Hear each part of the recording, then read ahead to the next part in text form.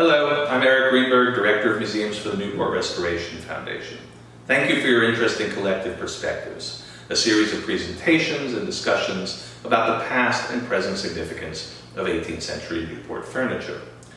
We had originally planned to host these sessions on site here at the Whitehorne House Museum and at other locations in Newport, Rhode Island. But with the onset of the COVID-19 pandemic, we had to rethink our plans, and these sessions were hosted online over a 4-day period in July of 2020. The conversations and presentations that emerged from these sessions were really wonderful. They were educational and they were entertaining, and it's a great pleasure for us to show you these presentations on our NRF YouTube channel. Before we begin, let me just make a few observations. First, because these sessions were handled remotely, sometimes the audio of our panelists can dip in and out a little bit, but I believe that on the whole, our panelists' audio feed should be pretty clear and pretty audible. Another point is that at different times in our Q&A and group panel discussions, you will see the image of a young woman on screen who rarely talks during the discussions. That's our Manager of Education and Public Programs, Caitlin Seller, who fields the online questions during the discussion session. Also, Caitlin's work in moving our public programming online has been invaluable this season. In fact, she's filming me as I speak. And finally, let me just observe that at the beginning of each of these videos, you'll see 2 short films. The first will be a funds appeal from our Executive Director, Mark Thompson, and the second will be a short movie about the Whitehorne House Museum. I hope you'll seriously consider Mark's appeal and possibly donate to the Newport Restoration Foundation. And I hope you find the information that we share really interesting, and that if you can, you'll come to Newport this summer and visit us at the Whitehorne House Museum. Enjoy the show. Thank you. Hello, my name is Mark Thompson, and I'm the Executive Director of the Newport Restoration Foundation. Thank you for joining us for this program today. Our founder, Doris Duke, was enamored with the 18th century. Evidence of her passion for restoring 18th century houses is all around us here in Newport. But she also had an avid interest in objects related to domestic life, and ultimately, she assembled a wonderful collection of 18th century furniture created here in Rhode Island and in Newport in particular. As you may know, Newport furniture represents some of the finest work of 18th century American decorative arts, and we are thrilled to be able to share our collection with you at Whitehorne House Museum. This program is part of an ongoing effort to tell the story of that furniture and of the people who created it and the people who acquired it.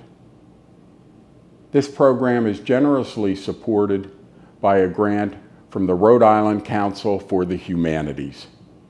As you might imagine, the ongoing work of the Whitehorne House Museum relies upon the generosity of many individuals and organizations who share our passion for 18th century history and 18th century material culture. If this description fits you, we hope you'll consider donating to the Newport Restoration Foundation. And it's easy to do. Just visit our website at newportrestoration.org and click on the word support. Any amount you can afford to give will be genuinely appreciated. I hope you enjoy today's program, and thank you. Sometimes furniture study is like detective work. When NRF first acquired this chest-on-chest in 1973, it was believed to be the work of master Newport craftsman John Goddard. The distinctive legs and block and shelf front suggested it was made in Newport, but the rosettes are more typical of Providence workshops. A recent investigation has revealed that it was not the work of John Goddard, but rather his nephew Daniel Spencer. Spencer possibly trained in his uncle's workshop in Newport and later produced pieces with his own distinct style, including this chest-on-chest in Providence, Rhode Island. Researchers discovered a set of marks on the inside of the drawers which were the exact match of other Daniel Spencer pieces. The 1 or L pictured here is on the interior of a lower section drawer and was used by Daniel Spencer and his brother Thomas. In Daniel Spencer's workshop, the interior backs of drawers were labeled alphabetically with looping graphite letters in the center. The first was A, the second was B, etc. This example is drawer C. For more furniture findings, visit us at Whitehorne House Museum or visit us online at newportrestoration.org/whitehornehouse. Terrific. All right, everybody. I'm going to begin tonight's program in earnest. I'm going to introduce our guests, and then we'll begin a conversation. This is really a lot of fun for me. The whole event has been a lot of fun, and every night I find something new to take joy in. And tonight, I really feel like this is the consummation of a lot of work between me and our panelists as I sought contemporary furniture makers to think and talk about Newport furniture. And first is Jeffrey Greene, who is a furniture maker with nearly 4 decades of experience in the style of Newport's legendary Goddard and Townsend cabinet makers. He's also a researcher on the subject and author of American Furniture of the 18th Century, History, Technique, and Structure, a volume widely used in period furniture and curatorial programs. And as well, I didn't realize this till I saw your bio, Jeffrey, an upcoming book, The Art and Mystery, a look at nearly 2 centuries of Newport cabinet making trade, which, when do we think that's going to come out? As soon as I find all the illustrations for it. All right, well then I have to run right out and read it after that. Jeffrey, The Art and Mystery is a look at nearly 2 centuries of Newport's cabinet making trade. Jeffrey is a graduate of the Massachusetts Institute of Technology with a degree in mechanical engineering. He and his wife, Christine, owned the Ball and Claw, which was his showroom in Newport for 30 years, and now Mooresfield, a historic property in South Kingstown, Rhode Island. Jeffrey is a frequent consultant on the acquisition of period pieces, and his research has led to the discovery of several previously unknown signed originals. We at NRF are particularly indebted to Jeffrey for his experience as he sits on our collection committee. And personally, I have learned a great deal from Jeffrey, both through reading portions of his massive book. If you've never seen it, if you're planning on picking it up, I encourage you to do some weightlifting in advance. It is an enormous but incredibly useful tome, as well as just through personal conversations. Jeffrey, you were the first person I really started talking to about Newport furniture, and we've had a number of important conversations. And it's just a delight to have you here. Thank you, Jeffrey. Well, thanks very much. Oh, it's my pleasure, please. And Jonathan Brower is a furniture maker with almost 20 years of experience in the field. He holds a BFA from Syracuse University and spent 3 years there teaching drawing at the school. He's also completed training at the Center for Furniture Craftsmanship in Rockport, Maine, where he continues to teach. A native Rhode Islander, Jonathan opened up his shop in Newport, and after having spent a decade working in custom cabinetry shops in New York and North Carolina, he came back to Newport. Now, Jonathan and I have been in conversations for this program for months now, and while his furniture does not necessarily invoke the design elements of 18th century Newport, he is keenly aware of that legacy and his place in a lengthy and continuing line of quality craftsmen on Aquidneck Island. Thank you for being here tonight, Jonathan. Thank you for having me. Oh, it's, again, such a pleasure. Gentlemen, thank you so much for being here. So let's begin. I'm going to start with a question for Jeffrey. Jeffrey, you have dedicated decades, so much of your time to not only making and selling reproductions of 18th century Newport furniture, but also studying it and writing about it. And I don't know what our audience understands about sitting down to write a book, but it is a really thankless endeavor until it is published. All of this connected to 18th century Newport furniture. Why? Why did you dedicate so much of your life to this particular pursuit? I think the short answer is because it needed to be done. There were a number of books that were, essentially museum catalogs that showed individual pieces grouped somehow, not particularly in any kind of context. They functioned very well as references, and they functioned very well as a catalog. And then there were, starting in the 70s, there was a whole slew of books that had to do with the craft of making furniture, but there was never anything that actually put the two of them together. So anyhow, that was the genesis of my book, and it kind of parallels what I had been doing in furniture making. I think, one reason for being so focused on Newport furniture is probably to better understand it. I grew up in Rhode Island. I'm like 12th or 13th generation Rhode Islander. So growing up around here, it just seemed to be, in the drinking water, a lot of Rhode Island history. And you'd always hear about the Goddards and the Townsends. And it was rather it was sort of this mythological group of cabinet makers. They were certainly legendary, but there was this whole mystique that grew around them. It was not very clear, especially during the 50s and 60s when American furniture was highly regarded and being collected. There were a lot of popular misconceptions about the Newport cabinet makers, and it really wasn't clear who was who or who did what. There was a time where anything that had a ball and claw foot was assumed to be by John Goddard of Newport. Mm-hmm. And it wasn't too long before it was discovered that there were a couple of dozen other high-level cabinet makers in Newport who may or may not have been related to him, who were also doing ball and claw feet. And it was, as you start to probe into Newport furniture, the differences between pieces became very interesting. And, after a while, after looking at a lot of Newport furniture, you begin to realize that some pieces are clearly the work of one person, some pieces are clearly the work of another person. And it's always been interesting sorting this out, just as with the chest on chest behind you, Eric, the detective work is very interesting, and it boils down to some very small details, usually just things that the cabinet makers did while they were building a piece. That really function like a signature. So, as I started to get into the details, it only raised more questions. So it was sort of an endless probe as to why pieces were made. They're unusually complex for the time. I mean, life in the 18th century was not easy. Why spend months building a piece of furniture that is incredibly ornate? Other questions like how was it made? How did these shops actually work? They functioned as businesses, family businesses that went on for generations in some cases. So it was an endeavor to try to get to the bottom of how the whole cabinet making trade actually worked, and to be able to sort out who was doing what and what their work looked like, to essentially to demystify the whole Goddard and Townsend mystique. Terrific.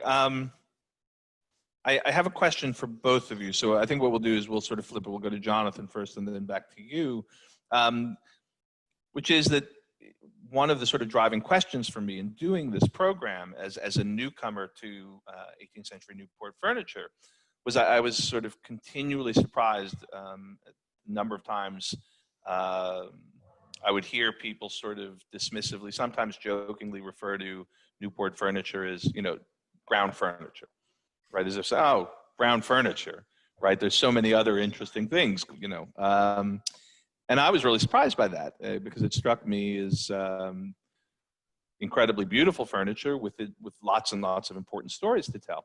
And so part of the purpose of this program is to ask the question and have it answered by our panelists. Does Newport furniture matter? Certainly, for Jeffrey, with your sort of perspective on history, did it matter in the past? But to both of you, does it matter in the present? So, Jonathan, what are your thoughts on Newport furniture and why it does or doesn't matter? I think it's brown. It's a very peculiar thing, right? To be someone who does something that's been done for a long time, and that thing has changed over time, and how much do you lean on or be informed by what it used to be? Mm-hmm. And especially the trades and the arts and the crafts, there's something pretty universal and basic and ubiquitous about material and craftspersonship that goes into these pieces. And it ebbs and flows aesthetically, but ultimately its meaning and its function remains the same. So, a table is 30 inches off the floor and we tend to eat off of it. Now we do Zoom meetings off of it, but really Yes. it's where we sit on a chair at the table to do something.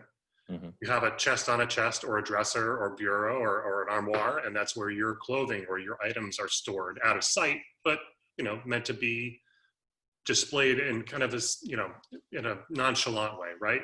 It's here's where I keep my stuff. Don't look at my stuff, look at what I'm keeping it in. Right. That's a good point. So being informed by Newport Furniture, it's got a very rich history in a very young country. And so we can only look so far back. And the styles change pretty quickly. They're given the breadth of history of craft and making. It's a very small window, and then you get into other periods that come and go within a decade or two. Or I can't name a certain style of furniture that's lasted more than a few decades, but then it kind of germinates out, right? The seed has been planted, and more seeds go further out. So you'll see some more contemporary influences as we see more. So yeah, it's brown, but it's beautiful. Brown but beautiful. I like that. And Jeffrey, what are your thoughts about, does Newport furniture matter? Why? And did it matter in the past? Does it matter today? What's your thinking on that? Yeah, I think it matters because prior to the 18th century, there were no cabinet makers. That was a relatively new term at the beginning of the 18th century. Before that, you had joiners. And joiners joined things, usually it was something like this, right angle, frame and panel construction. If you take a look at early furniture, Pilgrim era furniture, and compare it to 18th century furniture, it's heavy, it's rectilinear, it doesn't have much, it has its own kind of spirit, but it's not the, ethereal kind of look that you got in 18th century furniture. But things changed at the beginning of the 18th century. This new field of cabinet making opened up, and I think it was really dovetail joinery that allowed cabinet making to flourish. Prior to this, everything was frame and panel, and it was a mortise and tenon, usually a peg mortise and tenon joint. But with dovetail construction, it allowed craftspeople to put together very thin panels of wood without the framework. So it made things much lighter. It made it possible to make drawers that were, the drawer size were 3/8 of an inch thick instead of 7/8 of an inch thick. So everything became much lighter, and it allowed furniture to be that much taller. Suddenly things were. It was possible to build things that they were not able to build with frame and panel construction. So you've got this whole new field of cabinet making opening up, and especially in Newport, you had these family shops that were kind of at their infancy, ready to do what they could with this new method of construction. So you see the results. These people designed the furniture as well as made it, and kept making the same designs for the most part over and over again. So they were really optimized. So, you had these very motivated cabinet makers in a town that was growing rapidly. The first half of the 18th century in Newport was just a huge amount of growth. So they had this market, they had this new method of construction, and their own good ideas as to design. So it flourished, and it's the kind of thing that, it was fortunate that it happened here. It may not have happened in other places where mahogany was not available. You wouldn't see this in upstate New York. But, they had the clientele, they had the materials, they had these great new methods of construction, and it just, generated into this fabulous trade. And today, but thinking about it today as well, Jeffrey, because you strike me as a sensible guy. We've talked quite a bit over the time, and I can't imagine that you would be in the business of making replicas, these really faithful renditions of these pieces if there wasn't a market for it. So what do you think is the appeal to people today who buy your work and go to the auction houses and bid on originals? What is that appeal today? Well, it's awfully good stuff. It's Newport. If there's anything to Newport Furniture, it's to start with a really excellent form. In some places like Philadelphia, they kind of compensated for less than spectacular form with a lot of ornament. And since I'm Newport centric, I'm fond of saying that Philadelphia furniture is just a platform for ornament. But Newport Furniture, and we'll see some examples later on. If the ornament is used sparingly, and if you strip away what ornament is there, you have a very, very pleasing form. So I think you're starting with something that is very appealing to people who are furniture collectors, given the whole world of furniture to collect.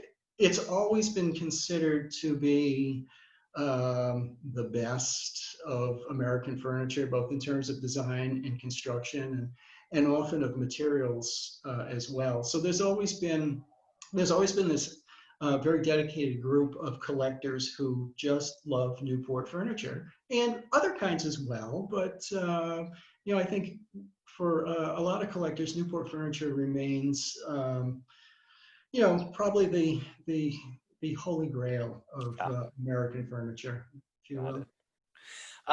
Let me ask Jonathan a question here. Along a kind of similar line, sort of the way I was interrogating Jeffrey a minute ago. You strike me as a reasonable guy. We've talked quite a bit. When you returned to Rhode Island, you could have set your shop up in Providence or, places where the rents and the cost of ownership are not quite as prohibitive. I mean, I don't live on the Quidnick Island because when I moved here from Southern California, I said, I'm not willing to pay Southern California prices again. But you do, right? You live on the island, your workshop is on the island. Mm-hmm. Why did you set up shop in Newport? What was it about Newport that drew you? I make up the rent balance and savings on gas mileage. So there. Why wouldn't I? If you want to be in a place where you are doing something meaningful and it's something important and you have skills to offer that field, to be of a place, you can also, I think, make a bigger impact while being in that place. Also, my wife's from here, so that's an easy answer.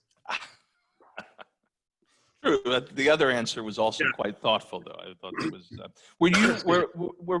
Were both? I mean, Jeffrey has already sort of answered this question that it was in the air, it was in the water.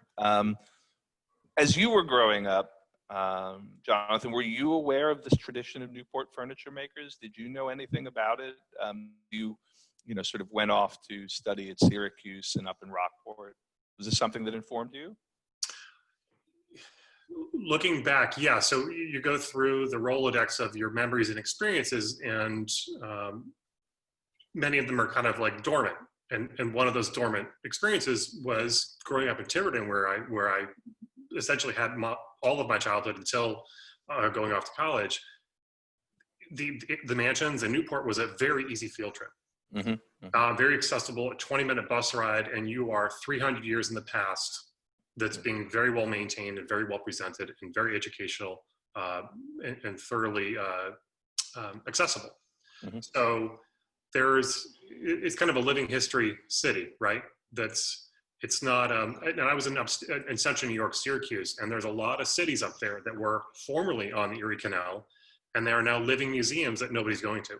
Mm-hmm. Mm-hmm. And so Newport, thankfully and luckily perhaps, has stemmed the tide of, coming and going, but it is, for the majority, been able to survive and keep a lot of its history. So 20 years ago, 30 years ago, when I take a field trip and I could see and understand, oh, this is what was, and it's still here, this must mean something, to come back now and try to reconcile that, but also hopefully add something that's also meaningful and important.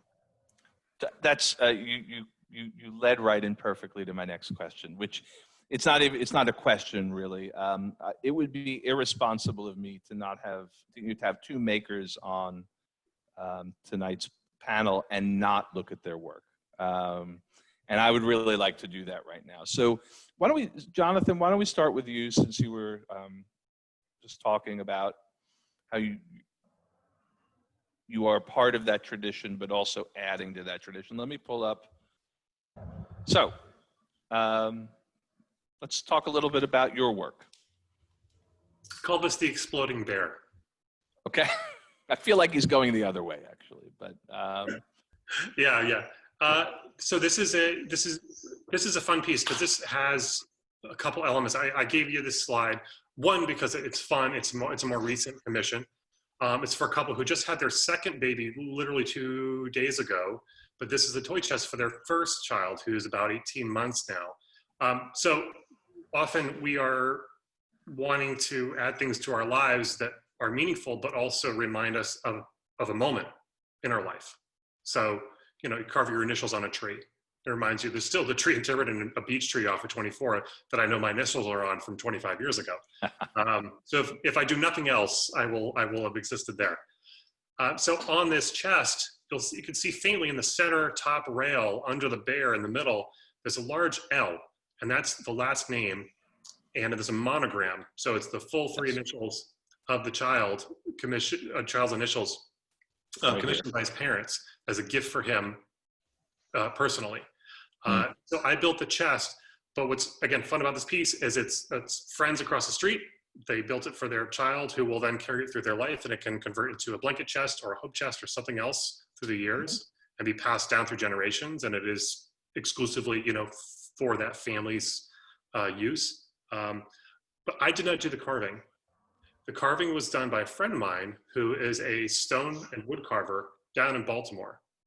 So I collaborated with a trade whose hands are also crafting the monuments down in DC. So recently they opened the Eisenhower Memorial. So the hands that we're working on the Eisenhower Memorial are also the hands that carved the monogram in this piece here. So there's a real sweetness to being able to connect people to other people through their skills and their talents. Terrific. Want to move on to the next one? Sure. There. Oh, I hadn't noticed the cat before. It's you didn't carve the cat, correct? No, he's not subtle. I don't know if they carved the cat later that night or not, but there was a lot of white hair when I got there. This is a house in Riverdale, New York. Out the windows is a beautiful view of the Hudson River. And this was a connection through architects who are two recovering furniture makers turned architects. So they designed the furniture and the furnishings to go in a space that they have designed. So probably much like any other period, the makers and designers are fitting things to the space that they go into. So the buffet in the back and the table, and if you were to turn around in the room, you would see two other case pieces, and I have another case piece in another room in that house that were commissioned by this family. So that's a buffet. There's another cabinet that holds music, sheet music for the piano, and another one that is specifically designed for painting between two windows to the right of this frame. So this is a white oak table designed for the space, about 11 feet long. And it was a lovely commission. I got to meet the clients. And speaking of connecting them to other craftspeople, I had a friend who's a painter from art school. He helped me deliver one of the pieces. Met the clients. I said, "Oh, how's it going? You've just moved in." They said, "Oh, it's great. We're just a couple more spots on the wall. We're looking for artwork." And I said, "Well, not to be pushy, but my friend here is a painter and his work looks like something you'd be interested in." He told me 2 days later they bought two of his paintings out of Chicago Gallery, and a third one a year later at a show he had at Poughkeepsie. So it's not only the making of the item, but it's what that item then kind of brings people to. So not only physically gathering around the table, but metaphorically bringing people together. That's great. And that's the first, I didn't realize this would happen. The first of what will be two connections to Riverdale, New York this week. I was raised in Riverdale. No, okay. Not there. I was raised much closer to the Henry Hudson Parkway. Here, let's move on to your next piece. This is, if you've gone to the restaurant Barcino downtown Washington Square in Newport, this is the large round table as you come into the right.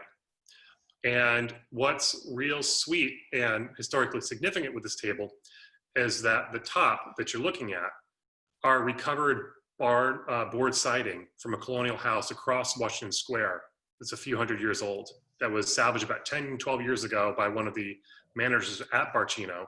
And he insisted that we use these boards that he saved from Colonial House as the top. So the boards were on a house for probably a couple hundred years, taken off, salvaged, and then re-emerged like a butterfly into its new form back to Washington Square. Wow, that's pretty cool. And I think this is going to be the last piece. So here's a product sheet. So what you're looking at, you know, I've got a couple catalogs of furniture from my travels in time. So I was in Syracuse, which is kind of Stickley country.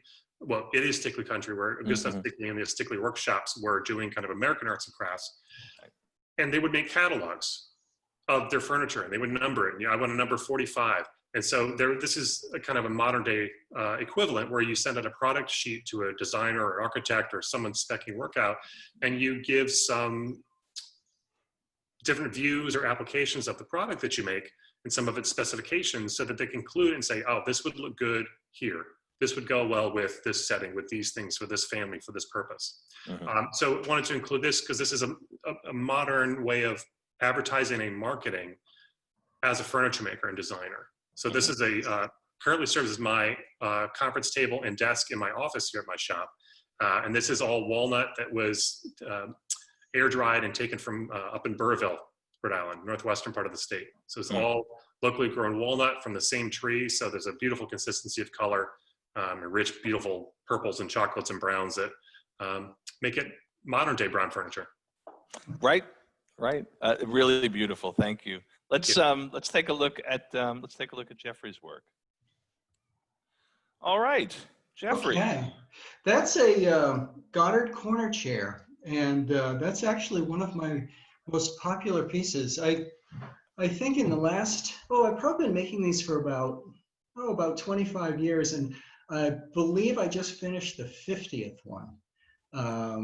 They're intriguing. You know, it's a sculptural piece. You see it from, you can sit there and if you had it on a turntable, you could just spin it around slowly and admire it. It's, it's a beautiful design. If there was something that the Goddard family was exceptionally good at, it was to come up with designs that had a very nice flow to it. A lot of times you'll see the difference between Goddard furniture and Townsend furniture, in that Goddard's pieces are quite sculptural and Townsend pieces tend to be more architectural. But here's a great piece by John Goddard. This one is actually, or I should say the John Goddard shop, because it was he and his sons who were working together, various sons at different times, which I think is why few pieces actually had a signature, because it was a group of them making furniture. And you see some variation in quality of details depending on who in the family was doing it. But the original of this is at the John Brown House in Providence, and it's in a really great state of preservation, because it belonged originally to the Herreshoff family. And back when George Washington came through Rhode Island about, I think it was 1799, he sat in the original chair, and the Herreshoff sisters threw a sheet over it and never let anyone sit in it again, although I may have. But anyhow, it's a fabulous sculptural piece, and I've made many of them, but every one is a challenge, and it's different. The materials are different, and the way the wood works is very different. And I usually build these from one very large slab of mahogany, 3 inches thick. It needs to be about close to 10 feet long to get everything out of it. But by building it all from one enormous slab of mahogany, you have the same kind of character in the wood throughout, so it matches. So let's move to, yeah. And there's talk about architectural. Here's beautiful and familiar to me. Yes. Yes, this is a John Townsend high chest, and I believe that this is taken from one at the Kaufman collection, which is now part of the State Department. But this is John Townsend's work at his probably most mature style. It has these ball and claw feet that are very very abstract. They don't have a really realistic look to them. He's sort of given them a very powerful abstract look, and it's got a very large shell on it, which tends to be what he came into in his mature style. And this just has all the Newport bells and whistles, ball and claw feet with open talons and carved knees. It's a very fine sort of engraving that's on the knee. We've got this big, ample Newport shell with a palmette carving in the center of it. And we've got quarter columns and this great pediment that is very common on Newport pieces. And the nice thing about this one is it has one finial, which gives it a very nice kind of an uplift right in the center. It's like I'm finishing up one of these right now. I think I Oh, is that? Do you want me to go? Is that the picture that you sent me? Oh, we can see that later if you like. I mean, we can go to it. I can go to it now. Yeah, sure. Let's take a look at it. This is, of course, this, here you Here, go. well, back there it is. Yeah, see, now at this point, it's not quite brown furniture. Well, light brown furniture. Light brown, right? It's But tan furniture. Yeah, this is what mahogany looks like in its unfinished state. It's, unfinished mahogany is not terribly spectacular looking. It's sort of this light brown color. And it's the finishing that really brings out the depth in mahogany. And interestingly enough, a lot of the originals were not brown. They tended to be more red, like really sort of a carmine red. And they've faded and lost the bright color over time. We see them as brown now, but they were probably quite red. I had a Townsend chest that was made out of maple. And it has a long story behind it, but anyhow, I had it in my possession for a while, and looking inside the crevices, you could see the original stain that had been put on this maple, and it was blood red. It was bright as can be. So, the furniture was stained when it was originally made to give it some depth and really make the surface look richer. So anyhow, that is a Townsend high chest, this one with 3 finials that I'm building for a customer in Connecticut, and it's probably about 2 weeks away from being finished. At this point, it's all built, but waiting for the finish. Let's back up. This is. Oh, that should be familiar to everyone at the Restoration Foundation. This is the Slipperfoot dressing table or lowboy that is in the upstairs northwest bedroom. One of my favorite Newport pieces. This is the one that I always use as an example of great Newport furniture and the whole idea of having a design that has an austere elegance to it. This is very, very austere. There's only one bit of ornament on it, and it's right in the center. And yet it's about as elegant as can be, from the slipper feet to the really tightly designed top, so there's not much overhang. It doesn't have all the bells and whistles that some pieces have, but it is just the consummate Newport piece. This was probably done. There's been a lot of research on the original. It's never been known who made it, but this is likely the work of Joe Townsend Sr., who was one of the founders of the Goddard and Townsend dynasty. And then this Slipperfoot piece. Yeah, Slipperfoot tea table. This is the standard form of tea table in Newport, and this is actually very much like one that's at the Whitehorne House, probably by John Townsend. It is, it's the kind of piece that really could fit in any kind of setting. I mean, I have customers who have this tea table, and it goes in with an 18th century interior. It goes in with a fairly modernist interior. It's it's all form, no ornament, and it's just a very, very pleasing shape. So this, this and the dressing table that we just saw just say everything there is to say about Newport furniture design. Yeah, it really does. It's iconic. The form is really iconic. Jeffrey, as I recall, as we move down the PowerPoint, you have a number of you have some documents, which I think leads to my next question. And I had a lot of fun talking about this with Jonathan and Jeffrey a few weeks ago. So what I'd really like to start is thinking about production, about what it was, about you've written quite a bit, Jeffrey, about the history of these pieces, how they were made, what the process was like, the length of time.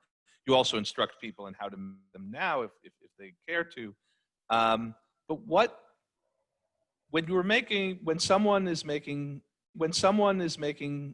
a piece like that in an 18th century Newport shop, what does that process look like? How long does it take? What is going on? What is the process? It's entirely different than the way I make it. Okay. I'm one guy working alone. I start with dragging rough sawn lumber into the workshop and just sawing it into smaller pieces and starting to make things. Very different in the 18th century. We know from documents and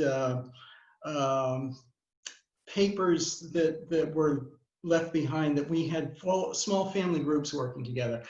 Sometimes the inventories in wills indicate how many workbenches are in a person's workshop, which gives you an idea of how many people could work there. And it sometimes correlates with the number of sons or apprentices that they had.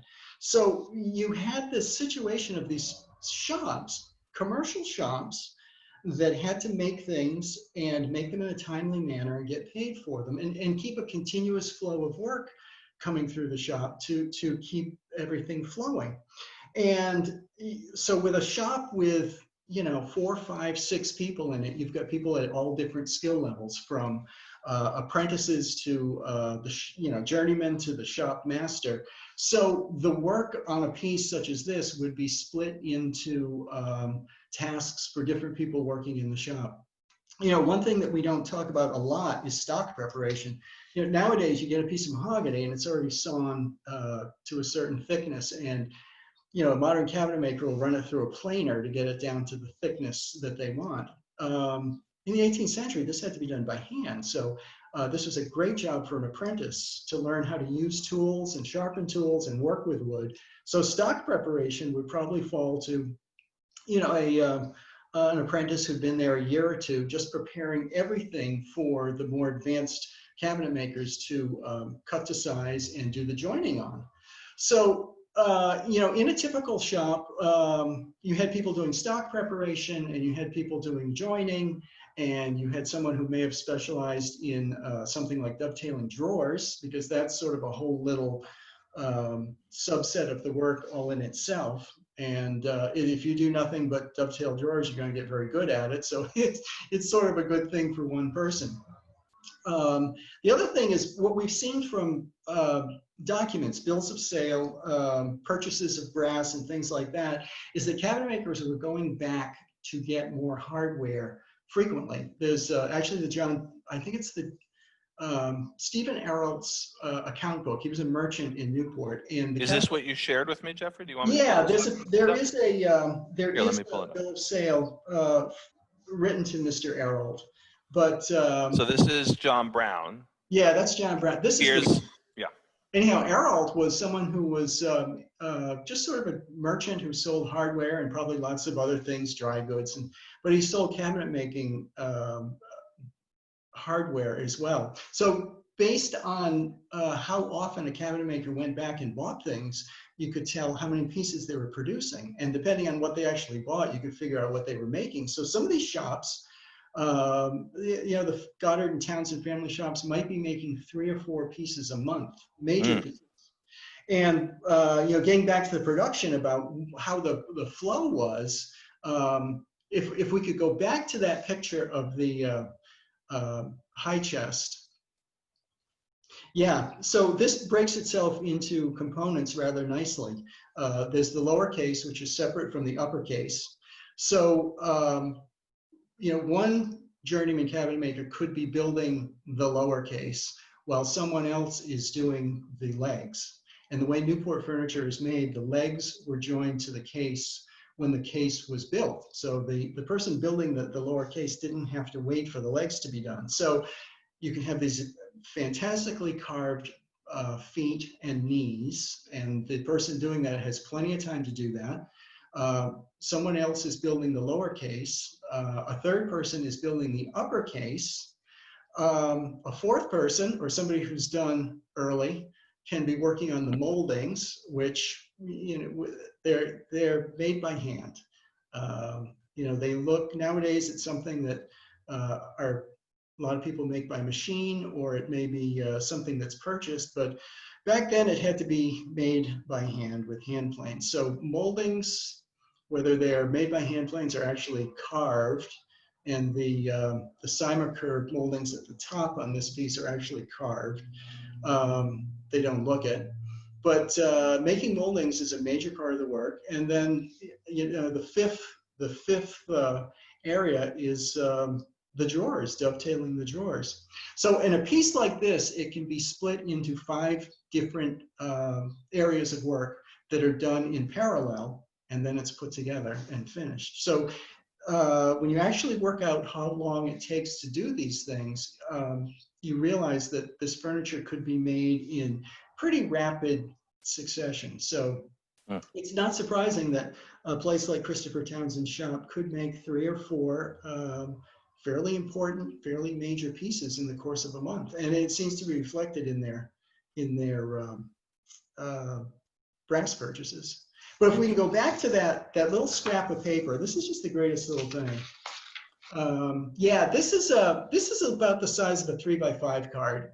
It's just a piece of paper ripped off the corner or something, and it has survived for 250 years in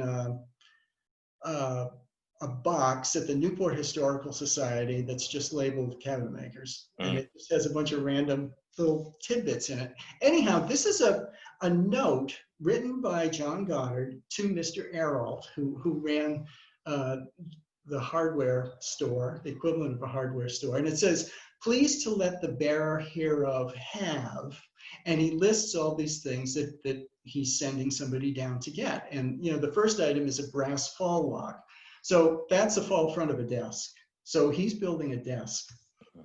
But there's just this little scrap of paper. And this is, when I talk about the detective work and the things that you can infer from some very small details, this really epitomizes that. You know, you can infer from this that John Goddard's got somebody who's a you know, probably a low-level apprentice who's running errands. Right. You know, they're building a desk. That they, you know, he's sending an errand boy down there, and that they're buying things as needed. They're just going. They're not stocking any hardware. They're not keeping a box of locks or any kind of cabinet hardware on hand. They just go and get it when they need it.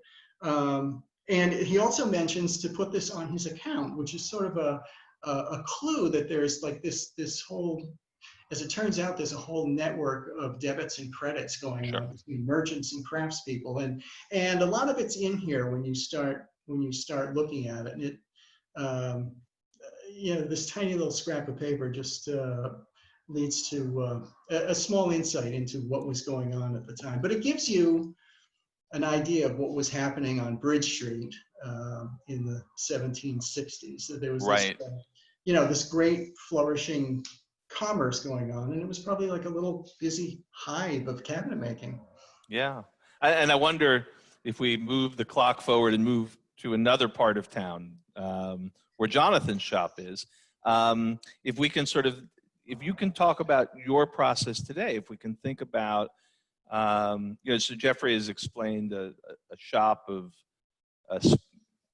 not necessarily specialized, but people who are doing individual work to move a lot of product out the door as quickly as possible. What is your process like, Jonathan? What is it like to be a fine furniture maker today? What goes on for you? Well, I when people come into the shop, I'll give them a quick tour and say, here's where the materials come in. And then I throw them through these loud, sharp spinning things, and furniture comes out the other side. Well, thank you. It's been very nice talking to you. And yeah, go ahead, please. So I mean, it's like anything else. Raw materials, whether it's physical or mental ideas, come in one end of the machine, gets kind of put through and comes out. But you got to stress that out, like Jeffrey said. You got to you have to procure hardware materials. Where does the lumber come from? Who's your vendor retailer? Are things on time? Is there a truck strike? Or does the truck have a lift gate? So there's all the logistics. At the end of the day, you look at a picture like this, and there's a table. You don't get to see how the sausage got made. You don't get to see someone in the middle of the night like, well, the thing burned out another circuit and I have to get the electrician in and we have to fix this because we're on a deadline and they're going to install without us. And we're going to be the one trade who's holding up the whole production at this production site. So to pull it back, it's meeting someone who has a problem that you are there to solve. And so as a furniture maker, designer, you are, hopefully they're not eating on the floor when you arrive and say, would you like a dining table? It's often they're growing the family or they've moved and they want to graduate from little kid furniture to big kid furniture, or from IKEA to something else often, or like with the toy chest, it's something a little more sentimental that they're ready to put a legacy stamp on something. Mm-hmm. So in a moment there, we have a conversation about what they're looking for, what the purpose of the piece is, a budget, a timeline, and the design, how that directs the piece. So and another joke is you can make the table, but can you get it out of the shop? Or, does it reside with the house now where you've made it?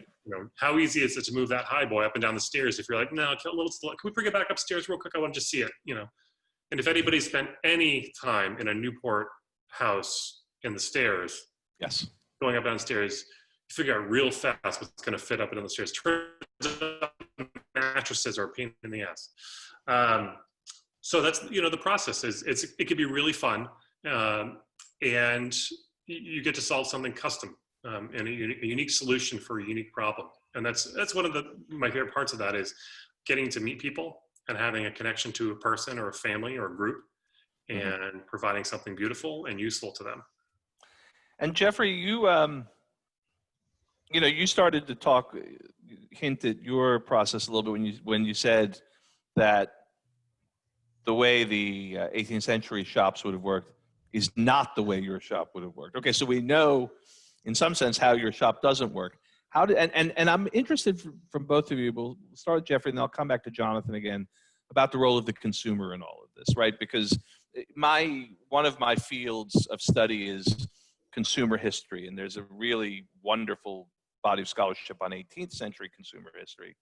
But I'm really interested in the role of the consumer. So Jeffrey, how does your process work? If somebody's coming to you, how do they wind up with you, and what is the process, and how does something move from an idea or a discussion to a completed piece? Well, usually they're coming to me because they want a piece of Newport furniture because they missed out on the tea table that just sold at Sotheby's for $7 million or something like that. So for a small fraction of that, they can have one that's awfully close to it.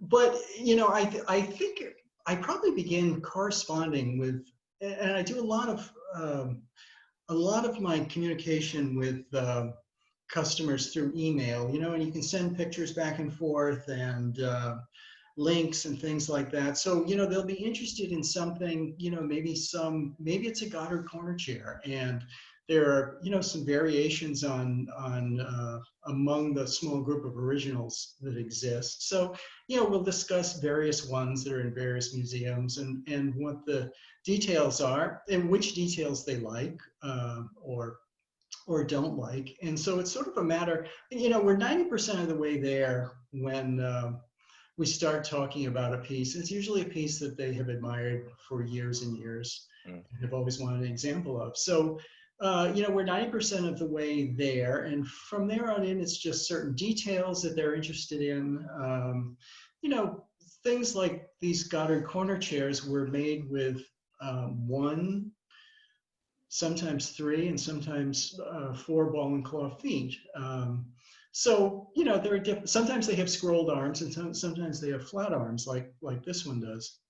So, it's sort of which variation of the original that they want. We don't get into, it's kind of like being a violin maker. they want a violin and they don't want something that you've just dreamed up. So, we're kind of in this, very tight world of period furniture. So there's not much variation on what the originals are. Mm.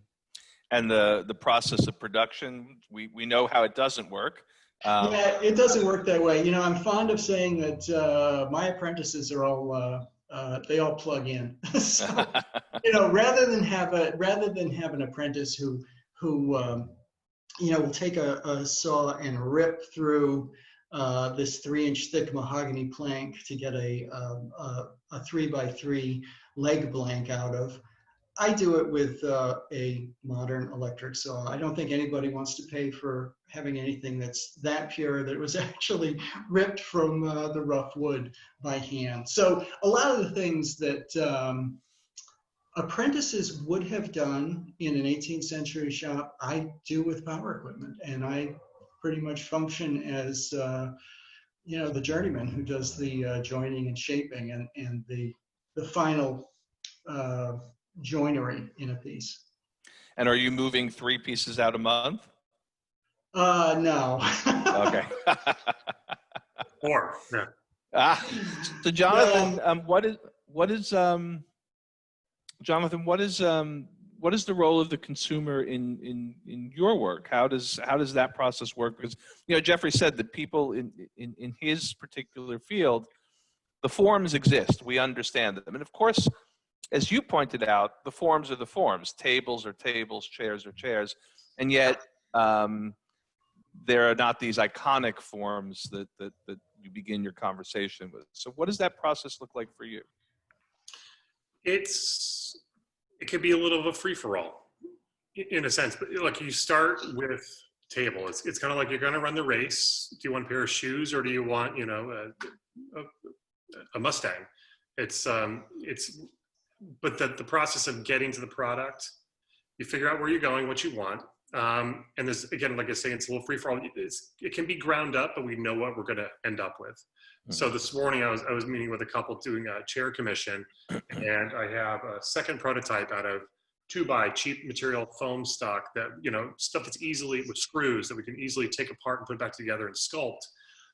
And it's kind of tapping into my art background where you have material and you're pushing and pulling things and you're constantly in a mode of experimentation. But to use guideposts of traditional forms and proportion, like Jeffrey said, where you can see a difference as an informed historian, you can quickly pick up the differences between a Newport piece and a piece, and a trained eye in those arenas can tell you why and what it does to a piece. So I will use a lot of classic form or ergonomic dimensions. So again, a dining table is often a 29 or 30 inches off the floor because that's what we humans require.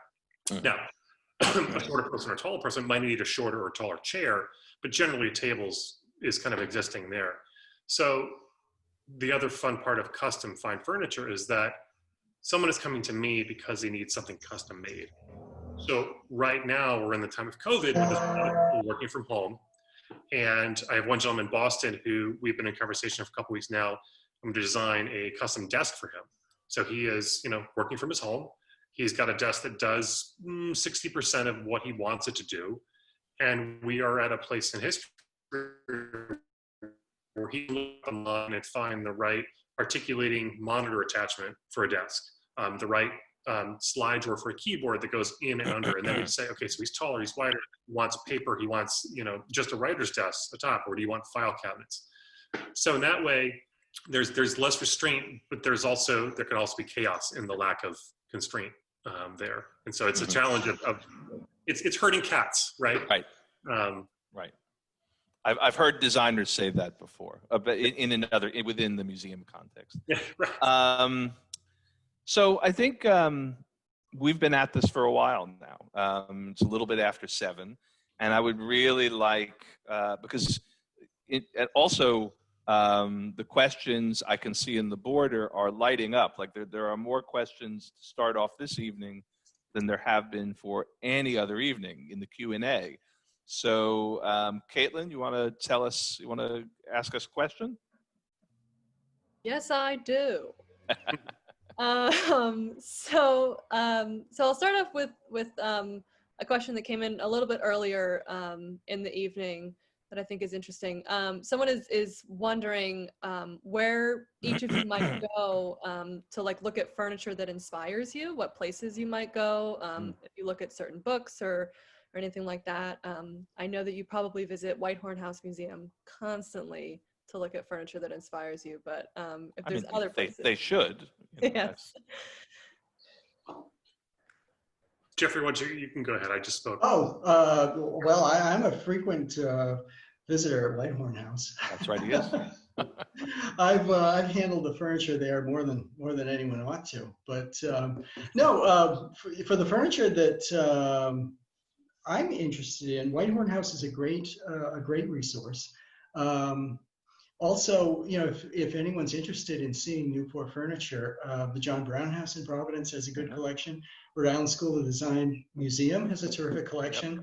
The Met in New York has some very nice Newport pieces. The MFA has some great pieces from the Carolette collection. But you really don't have to leave Rhode Island.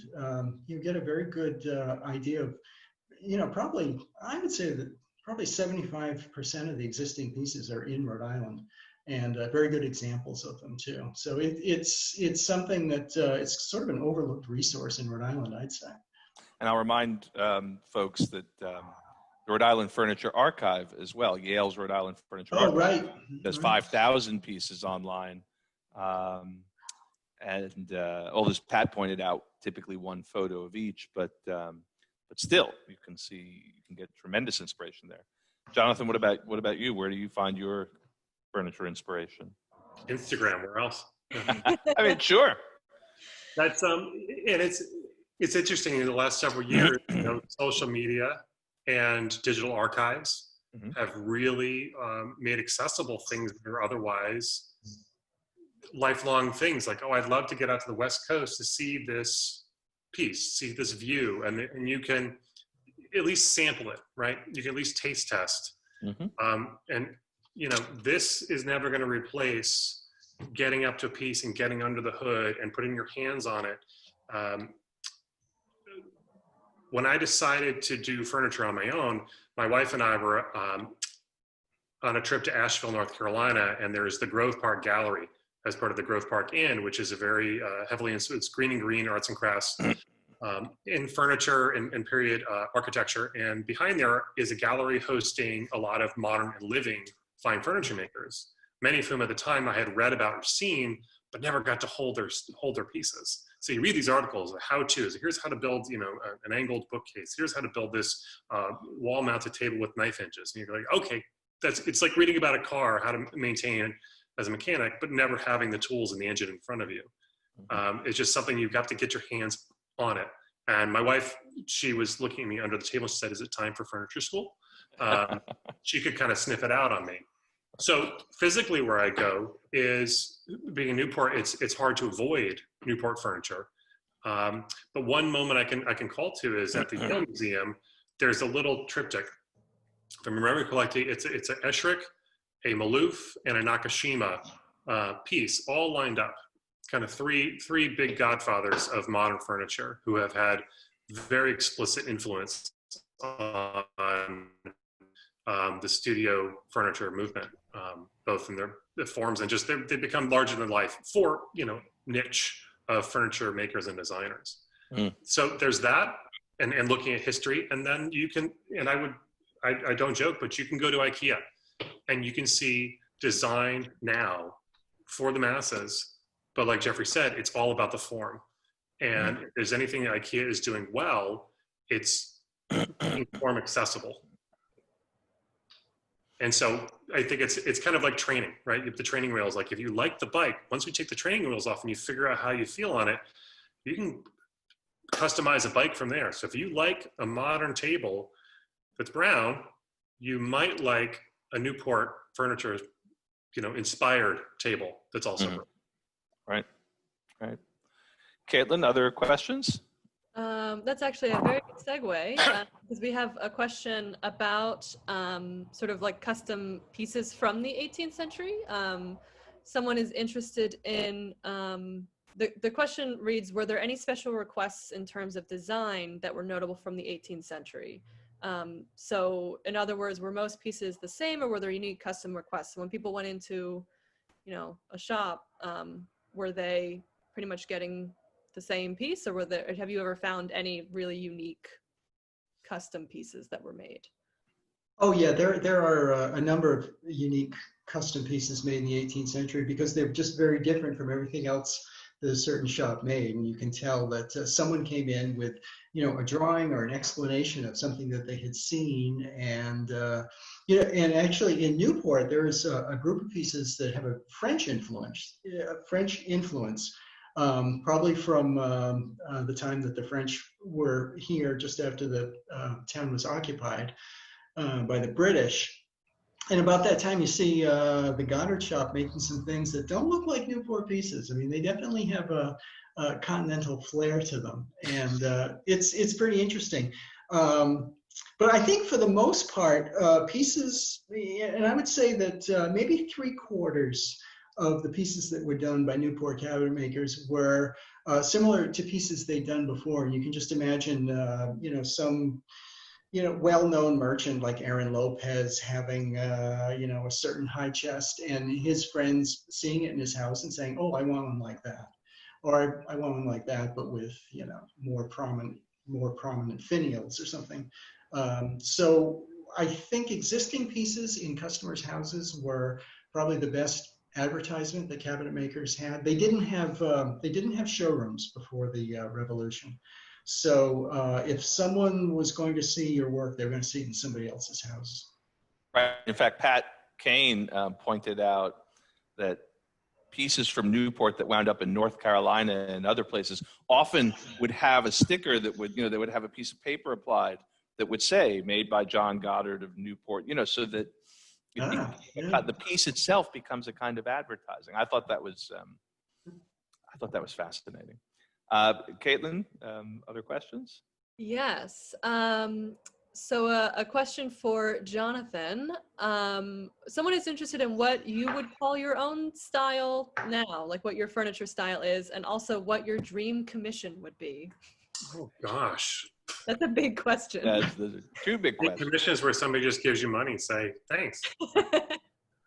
I don't know if so, you know, 200-300 years later, we can identify the Newport style. I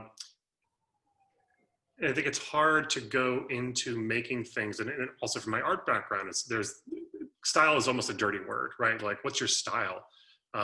It's almost leaning more of like your eyes focus on the commercial end product of a piece as opposed to trying to solve a problem both aesthetically and functionally.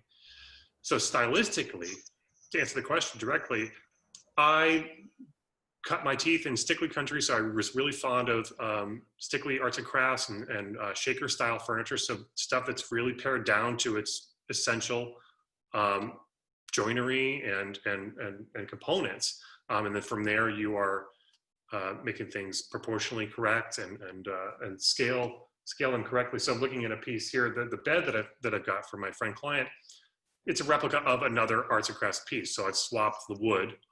But I like the style too. So I am modern influence and, you know, arts and crafts influence, but I swim in the mid-century and the modern influence and some contemporary stuff. So, but I often take things that come to me and try to add something that I enjoy or I want to try. So usually I approach a new commission with try to add a little bit of a challenge. If it's something I've done before, I try to add a little bit of new meat on top of the bone. And I'm sorry, there was a second part of that question, or? The second part was about if you have a dream commission, something that you've always wanted to make. You know, I'm trying to market myself more toward the dining room experience. So a dining table, the credenza, the buffet, and maybe the chairs to give a whole experience versus a little bit over here, a little bit over there, okay. Trying to, again, where families or individuals collect, and trying to give aesthetic and functional cohesion to a space and experience. So with an interior designer, someone who can have the 30,000-foot view of someone's life and how furniture can kind of fit into that experience. So yeah, getting to do that sort of thing. Cool. All right. So we also have a little bit of a more technical question here. Someone is interested in how you achieve the finished color typical of Newport on mahogany. So dyeing and staining the wood, tint finish to allow a thin film thickness, or build film until desired color is obtained. I'm not all suggestions as possible answers. Not Well, mahogany, in the case of Newport furniture, it's mostly mahogany, and mahogany needs to have it needs to be colored, and it's done with a dye. The dye is very different than a stain. Stain is usually a ground pigment in oil or some kind of carrier, and it's applied to the wood, and it just sits on the surface. A dye is actually, imagine very, very, very strong tea or coffee. You apply it to wood, and it changes the color of the wood rather than just laying a layer of pigment on top of it. So, it starts with coloring the wood, and then the top coat is just a natural resin shellac. Really, it's what I used. It was used in the 18th century. It's nice because it can be touched up if you need to touch it up. It has its drawbacks. It's not really water resistant, but it looks great. So that's what I use. Sounds good to me. And it's sort of a follow-up to that question. The same individual has asked how you handle grain filling, applying the finish, and rubbing out on flat panels and the carvings on the Newport pieces. Oh, well, you do have to fill the grain. Mahogany is an open grain wood, an open pored wood like oak or chestnut.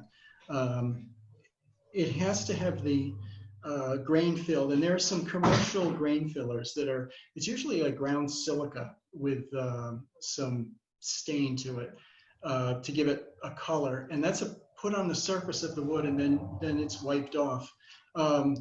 It's almost like painting. It's almost like taking a finished piece of furniture and painting it with a thick house paint, a really thick house paint, and then wiping it off. It is extremely unpleasant to have to do this, and it's a lot of work. But in wiping it off, you leave silica in the pores of the wood so that the top coat has a smooth surface to bond to. If you don't do that, you end up with, it looks like a piece that's from junior high school shop class. It has open pores, and the more you keep putting on more finish to try to fill them in, and it never does. It only makes them more apparent. But there are some commercially made fillers that do a good job of filling those pores. But it's an essential part of making anything out of an open pored wood. And on things like carvings, it's very hard to wipe this stuff off, and you can just use a soft bristle brush really to get it out of the little nooks and crannies. I'd like to jump in for a sec because I've been thinking about, there's something very identifiable about these finishes on Newport pieces, and I'm just wondering, Jonathan, does any of this ring true for you, or is your kind of finish work very, very different? Because the pieces I've seen of yours, at least, tend to be more blonde. They tend to favor seeing the grain, less obstructed, if you will. So how do you finish your pieces then? Oh, we lost you. You're muted, Jonathan. Sorry, I had some background noise. I didn't want to interrupt. Yeah. I tend to walk between a few very accessible finishes. So an oil finish, a hand-applied oil that can wipe on and wipe off, that'll soak into the wood, can really bring out a lot of depth and character on its own. Not a lot of protection, so I don't often use it for like a dining table. Usually for smaller pieces or pieces that are just not going to see a lot of water or food or oil interaction. So a bed is a good example of that, where there's going to be a lot of hand touch. So I like to give it kind of that silky, natural feel. Shellac is, it's often, if someone asks, I'm starting in furniture making or woodworking, what's one finish you would recommend? Say shellac. It's as Jeffrey knows, it's a very repairable finish. It's from the lac bug. It's denatured alcohol, dissolves. It's a super bonder. It can go over anything and go under anything. You want to use de-waxed. So shellac is a quick drying and quick applying and quick building kind of finish if you're just looking for something. But then on my dining tables, I'll use a nitrocellulose or a lacquer or conversion varnishes, stuff that's very modern chemistry, sprayers and air HVLP, so high volume, low pressure spray pots and systems. So it's very modern. I'm trying to get away from that myself, just because it's one more facet. We talk about the function of the shop. I'm trying to do more of the things that I'm expert at and less of the things that someone else can be better at and that I don't care to do. So trying to outsource my finishing to other finishers where they can do it faster, cheaper, and better than me. That's what I'm all about. So just also, as you have a shop and you figure out what's making you money, what's making you happy at the end of the day, finishing is not it sometimes. Right. And I think Jeffrey's described today that, that was in some sense true of the cabinet makers in Newport, right? That they didn't keep a lot of hardware around. There was the system of exchange. It's really fascinating. Caitlin, before we'll have one or two more questions, but before we do that, at this time of night, we start to see people who haven't asked questions start to sort of filter out. And so I just want to remind everyone that tomorrow night, 6 o'clock, will be our final installation of Collective Perspectives. We will be featuring museum folk. So Ruth Taylor of the Newport Historical Society, two additional members of the NRF staff, Kristen Costa, our curator, and Gina Tangura, who is our manager of interpretation and visitor experience. And we're going to think about what all of these, we've been spending a lot of time thinking about the history and the construction of these pieces.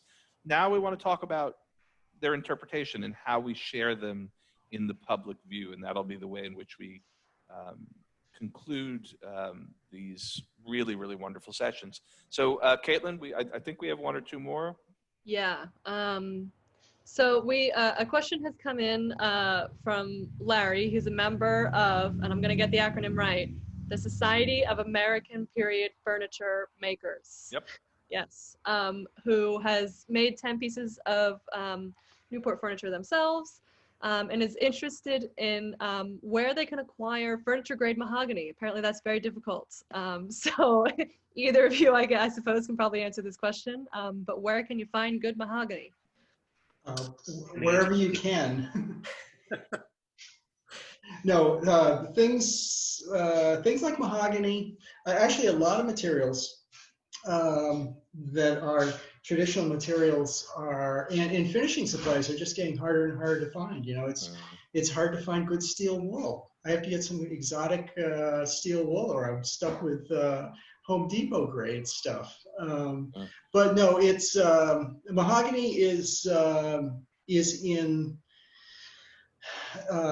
good mahogany is in short supply, and I'd say that I can probably use about 10% of the mahogany that I see. It varies widely in grade, but most places that sell hardwood lumber will have mahogany as well.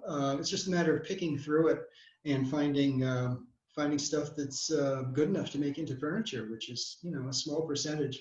And then, the other thing is there are some small stockpiles of old stock around. Every once in a while, I'm contacted by someone who has, half a dozen boards of mahogany that was in their grandfather's barn or something like that. So it's kind of around, and you have to hunt for it. It's not something you can just go and get when you want.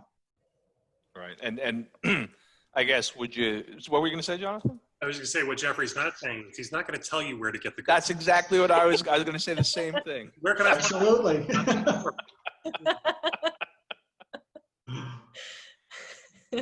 Funny. Yeah, so our last question is, it sounds a little bit more like a plea to me, because it simply reads, Mr. Greene, I've been waiting far too long. When is your next book coming out? I asked him the same question at the beginning of our discussion. Well, actually, I finished writing it 4 years ago, but then a bunch of other things came up and I didn't get a chance to finish it. But and all I've got to, and it's not as profusely illustrated as American Furniture, 18th Century. It's more text and less illustration, but nonetheless, I have to get illustrations and maps and diagrams and things together. So I don't know, as soon as I can, hopefully within the next, I don't know. It's usually the gestation period for a book from the time that it's finished to the time they publish it. It's about 9 months, but I'm probably about a year away from having it done. But it's going to be a pretty intense look at the Newport cabinet making trade, because what we know of it kind of begins with the in the second quarter of the 18th century, and it kind of peters out at the end of the 18th century. But there was a lot that went before that, and there was a lot that came after that. There was still a pretty good cabinet making trade going until the Civil War, probably. Actually, long after things were manufactured, there was still local cabinet makers. And so it kind of takes what we know and expands it at both ends of the time scale. So I'm working on it. Give me a year or two. All right. Well, we are recording you, so it's a good idea not to go on record with that. And I will observe that when these gatherings, when we download the recording, they actually come in these enormous and separate files, and so there's going to be a fair amount of editing work between the completion of this and our ability to put these up on YouTube. But these will eventually go up on YouTube. We will be able to share this with all of you, and I think it'll be a wonderful resource for a lot of people. Tonight has been, and every time I've talked to both of you, it's just a wonderful, fun, and educational experience for me. I hope it has been for everybody else. I want to thank you guys again for joining us. The pleasure really is mine, and I hope that we can do this again soon. Thanks, everybody, and we will see. I hope we see all of you tomorrow night. Thanks very much, and have a good night. Thank you. Bye-bye.